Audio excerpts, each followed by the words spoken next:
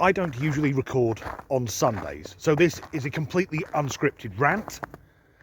But last night, I was scrolling through social media and came across a story, by which I mean I read it, nothing like that, besides which I'm left-handed. So I read this story, which made me think.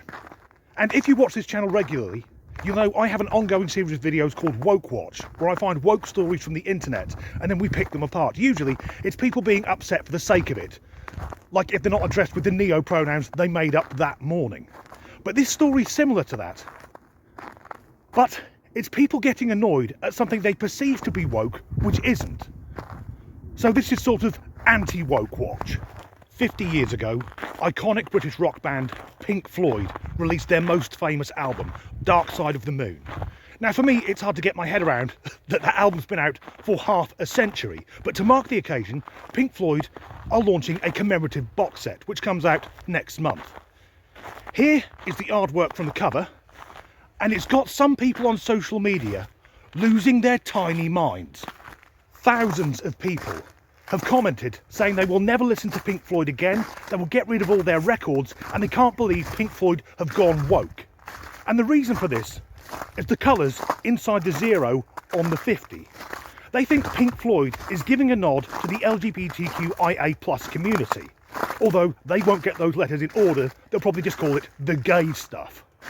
And even if they were, what's the issue? I think in 2023, most sensible people don't have a problem with those who aren't straight. Of course, there are issues within the community. Some trans women like to openly attack biological women, and I don't understand why so many drag queens need to be around young children. But that aside, what is the problem? But of course, Pink Floyd aren't giving a nod to that community, because that isn't a rainbow, it's a colour spectrum. I'm going to guess the vast majority of people who are saying they won't listen to Pink Floyd again have never listened to them in the first place, because this is the original album cover of Dark Side of the Moon. One of the most iconic covers of all time. For me, that is the most recognisable album cover ever.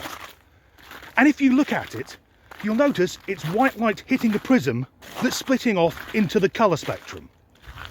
That colour spectrum has nothing to do with the gay rainbow. The actual meaning behind the album cover, well, there are three of them. The first is that having the colour spectrum was meant to represent the lighting rig that Pink Floyd were using when they were touring in the early 1970s. The second is that having the entire colour spectrum was to represent the all-encompassing nature of the lyrics on the album. And the third, which is my favourite, is having the 7 colours of the rainbow, as it were, being formed from white light hitting the prism, was meant to show the different paths we take in life based on our choices. That's beautiful. Nothing on the album cover is meant to subtly say some men fuck other men. And if it did, would it be an issue? There's always been gay people in music. Now, I'm a white guy with a shaved head and tattoos, so I'm aware some people may see me as having a slight white supremacist vibe going on. That's not the case.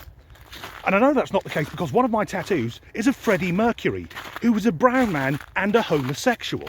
Now, I haven't got that tattoo to show I'm not homophobic or racist. It's because Freddie Mercury was the best singer who ever lived. And if you disagree, you're wrong.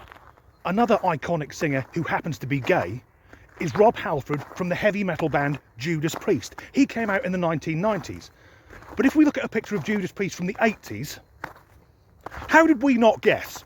And if we go back to the people taking issue with the 50th anniversary edition of Dark Side of the Moon, the people who in 50 years haven't noticed that there's the colour spectrum on the original album cover, how do they cope when it's been raining and then the sun comes out and there's an actual rainbow? Are they looking at the sky going, look, it's doing queer stuff?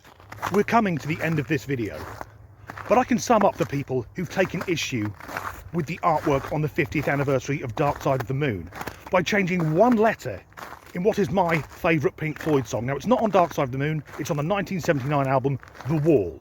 And the reason it's my favourite Floyd song is the outro solo is amazing. So we need to change an N for a D.